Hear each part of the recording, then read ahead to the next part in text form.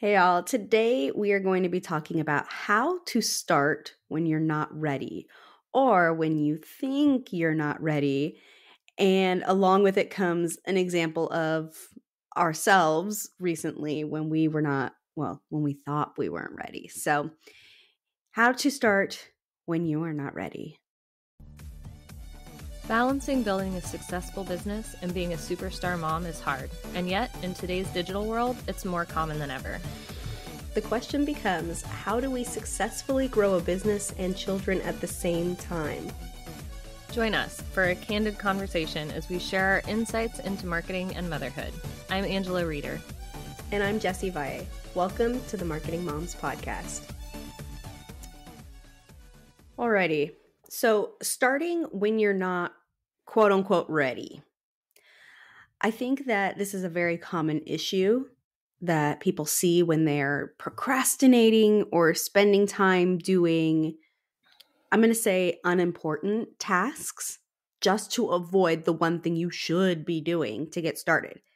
And then it's kind of a mindset game, right? Like, why are you not doing it? Is it because you think you're not ready? You're scared? You have all those syndromes, imposter syndrome, and okay, I can't think of any other syndromes off the top of my head, but you know what I'm saying? Like all the mental games that you're playing with yourself, telling yourself you're not ready when you just need to press go. Yeah, I think a lot of people struggle with this. I know I do in my business and in my life, where I will know that I need to do a thing, and I will know deep down that I can do it. Mm-hmm. But there's that little bit of like, what if I can't? What if I don't make it? What if I'm not ready to make that jump? And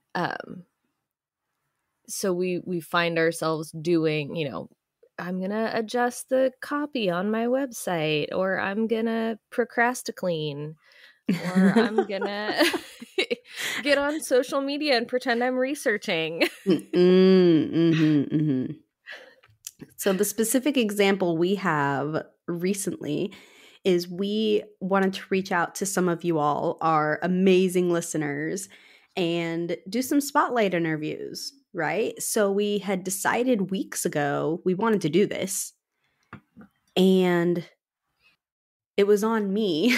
I'll take the blame here. It was on me to do the reach out, and I just didn't. I kept saying like, well, but if I reach out, I don't know what to say. When really you could just like make the ask, be a human. It's going to be okay. Like I knew that inside.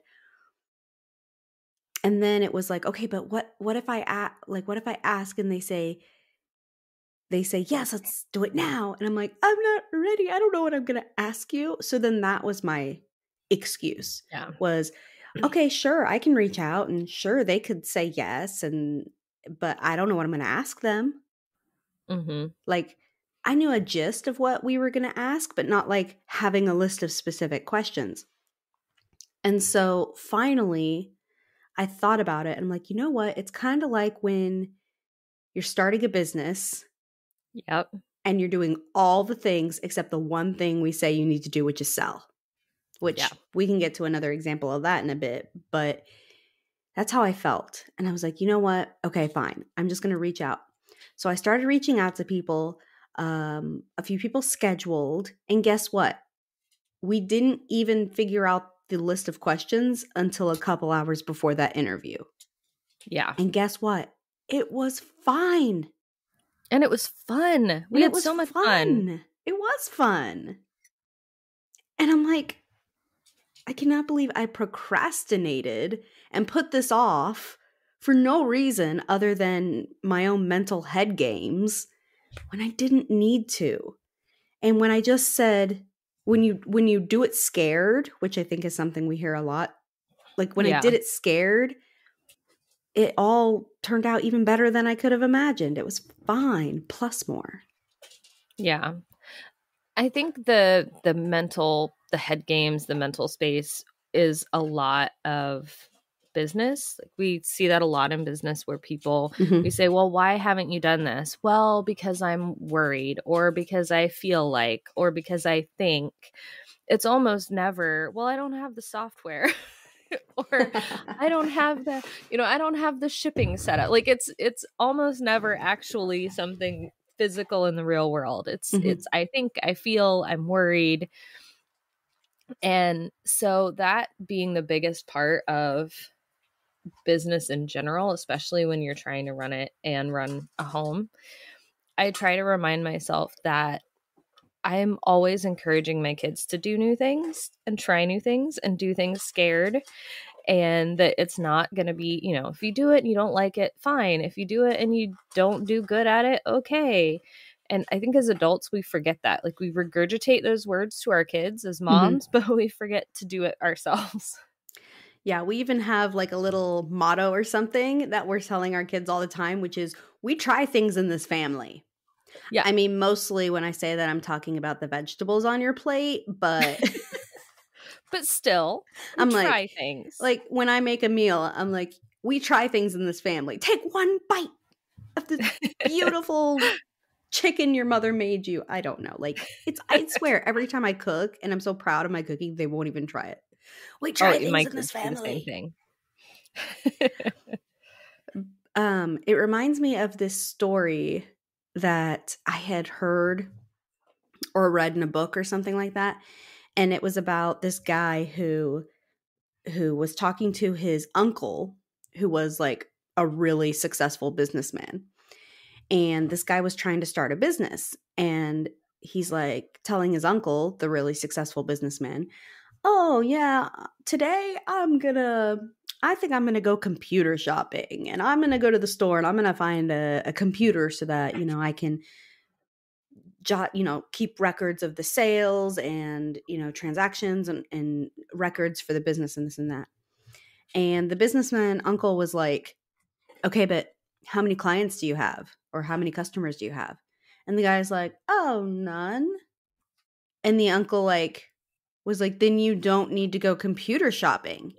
Go find someone. Like, why are you going to go spend your time buying a computer with money you don't have for a client you don't have? Go out and find the client first. Yep. And this is kind of the same thing. It's like, why am I sitting here worrying about the questions I'm going to ask someone when I don't have anyone to ask those questions to? Yeah, it's a little bit like we talked about in our goal setting, where we talk about really breaking it down to the actual next step. Yeah. The next step is not figure out what you're going to ask. It's find someone to ask questions to. Mm-hmm. Yeah. Yeah, you're right. So on one of our spotlight interviews, which we're going to be editing those and piecing them out and doing some really great episodes coming up about them. But in one of them, I can share the person mentioned how she hasn't pushed forward in her business because she's tinkering on her website. And I was like, this is the same thing. And that's the big Yeah. thing. It's like, it doesn't matter if you are just getting started or you are seasoned in business, you are going to hit this. Yeah. Like, just because Angela and I have been in business for years doesn't mean we're immune to the imposter syndrome, to the fear of like you said, what, procrastinating. I wish I could do that because this place is a mess. Yeah, You I know, don't do it very often, but when I do, the house looks great. we're not immune to these things just because we've been in business for a while. So I feel like I've said this before that like sometimes I feel like when we do an episode here on the podcast, we're really almost like disengaging from our bodies and being our Yes. own therapists, like Yeah. giving ourselves advice. Yeah. One day a few months ago, I was procrastinating Mm. because I had something that I had to deal with in my business and I really, really didn't want to deal with it. And so I was like unloading, reloading the dishwasher. My husband came in the kitchen and just kind of looked at me and looked around at our very clean kitchen and was like, putting something off at work. Oh, he called you out. He did. And I mean, I needed that because I was like, yeah. But yeah, it definitely is the thing that I still do in my business sometimes. And also with the website, like I don't get a lot of traffic to my website, but I still will find myself going and tinkering with it when I have other things that I should be doing. Mm-hmm. Like, oh, you know what I really need to do? I really need to update that about me page. No, Nobody's you seeing don't. my website right now. I don't need to go do that. Yeah. Yeah. Yeah. It's just like, listen, guys, it doesn't matter. This hits us all, but if you just do the thing, it's amazing what can happen. In fact, in another one of our spotlight interviews, we heard about a story about someone who was just doing things and failing fast, but learning from those experiences. So think Mhm. about it. And actually, I just realized Angela has a great example of this. There was a time when you were beginning your business and you had an interview with someone.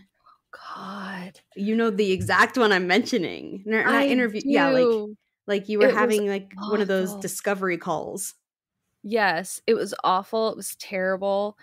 It still makes me cringe. It was Mhm. one of those things where everything went wrong. Mhm. Everything. My Wi-Fi was acting up, my kids were being loud, the dogs were being crazy. We got like 2 minutes into the interview and this client was like, "Yeah, we're not doing this," and just like ended the call. And I was like, I felt so bad. And I messaged Jessie and I was in tears. And I was like, I'm never going to be able to run a business. Like, I can't do this. This just, I don't have the internet capacity. My kids are not going to leave me alone. I don't know what I'm going to do. And of course, Jessie was amazing and right there and was like, it's fine. It's no big deal. They're going to forget about it. They didn't, by the way. I heard them give a speech and use that as an example later, like years later. I was like, I know exactly who you're talking about because that was me. It was an example of what not to do in a discovery call, by the way. Mm. Uh, but I got past it. Now I had a lot of support from Jessie to talk me off the proverbial ledge, but I did. I got my kids settled. I kept pushing forward. I found new clients. My business is going great. But yeah, it felt like a huge setback when it happened. It felt like I'm never going to be able to do this. Everything went wrong all at one time and I'm never going to be able to get past this. But I did. And, I had to do it scared, as Jessie Mhm. said. I had to go into the next discovery call scared to death that everything was going to go wrong again. And just fortunately, it didn't because, most of the time it won't. And, Mhm. move forward. Well, yeah, and you learn from that too because you learned the type of person you do and do not want to work with. Like from that experience, you learned that you only want to work with people who understand you're a mom first. And it feels Yeah. really scary, especially when you're beginning to like cut people off that would potentially pay you. But in the long run, it's going to be better. Had you continued working with that woman, you would have been so wound up every single time you got on a call with her or every Yeah. single time you handed something over. Is she going to think that this is, not good enough because of my kids? And like you would have just always been scared and wondering, and it would have been a terrible relationship. But now you learned that you upfront tell people, like, you don't try to hide your kids. You're like, listen, I'm a mom of three I have crazy, kids. wonderful monkeys. They're Yes. my monkeys because this is my circus. And I love them. And I'm a mom first. Deal with it. And then most people are like, okay. Yeah. Yeah. Prior to that, I had tried really hard to pretend I didn't have kids and be very Mhm. professional and, I'm a professional businesswoman. But Yeah. after that, I was just, I put it in emails Hmm. when we'd schedule calls. Like, I have 3 kids. You're probably going to see one of them on the screen. I put it in, welcome documents and things like that, just so that people know that there are times that, I may have to step away or whatever. So it did change my business, but definitely changed it for the better. Oh, for sure. So even if you start something when you're not ready or you're scared and things go absolutely quote unquote wrong, I'm going to say that because it only became better because of that experience. Um, it's you just got to do it. Like, what could have happened? Like I said earlier when we were talking about our example, we came up with the questions that morning and then we went into the interview and it was awesome. It was so much fun. Like, what could have happened? Well, let's see. We would have looked like a hot mess. The, Hmm. questions would have been terrible. The conversation would have been awful and we would have lost that person as a listener. Yeah. Yeah, it sucks, but guess what? Life goes on after all those things happen. You crash and burn Yeah. and life still goes on. And I think that sometimes people feel like, especially working in the internet world, that the world is so small. It's not, it's huge. Yes. Like, it's Yeah, it feels like so big. everybody knows everybody. Yeah, just because you flop with one person does not mean you're doomed to fail all business. Think about any store. Are you telling me that they've never had like a physical store or a virtual one? Are you telling me they've never had an angry customer that is like, I'm going to tell everybody not to shop here. This is I'm never awful. coming This here is again. terrible. Never again. Are you telling me every single business does not have one of those people? Because I would beg to differ. There's Right. always someone. Mhm.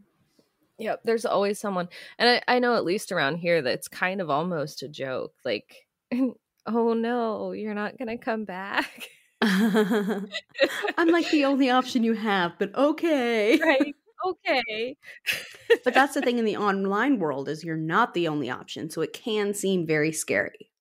Yes. Yeah, it can seem really scary especially when you're starting out and you feel like every client, every customer is a really big part of your income or a really important thing. Mhm. Upsetting people or doing something wrong or messing up can feel like a bigger setback or failure than it is. Yeah. And in one of those spotlight interviews, she was talking about how she crashed and burned with a friend, like an existing relationship that crashed and burned. And guess what? I'm pretty sure they're still friends. They were able to talk through it. She was able to learn from the situation and she did something different the next time, which was finding the right fit of people to work with. Because Yeah. it's not that everybody's a bad person, but that doesn't mean that they're all the right fit to work together. Hmm. Yep. And this applies in all of the areas of your Hmm. business, not just like customer facing. You could be putting off looking at your QuickBooks for the first time this year in November Mm. because you What's don't that? want to see what that looks like. Mm, mm, mm, mm. you, you could be putting off, setting up that software that is going to make things easier, but it's going to be a big transition. It's going to be Mhm. difficult. It's going to be frustrating. So there are a lot of different things that I think we find ourselves putting off because we're afraid that something's going to go wrong or it's going to be a bigger deal than it actually is. Yeah. So we encourage you to whatever it is that you're doing, instead of doing the thing you know you need to do, Yes. just do it and do it imperfectly. Yes. Guess what? Even I looked back at those fun- the reaching out that I did and I'm like, I should have worded that differently. But guess what? yeah. People still said yes. So it all Yeah. worked out. That's the important part. Yeah, even if it's just one little step, even if it's just hitting send on that email or, opening QuickBooks or Or something. publish on that only Hit kind of publish on okay that. website. Yep. Yeah, just one thing to kind of start pushing you toward getting it done. Mhm. Thank you for joining us today. We're so honored this is where you chose to spend your time. If this episode helped you in some way, please share it with another mom who needs to hear it. We're in this together. And if you're ready for next steps, free goodies, and more, head over to marketingmomspodcast.com. We'll see you next week.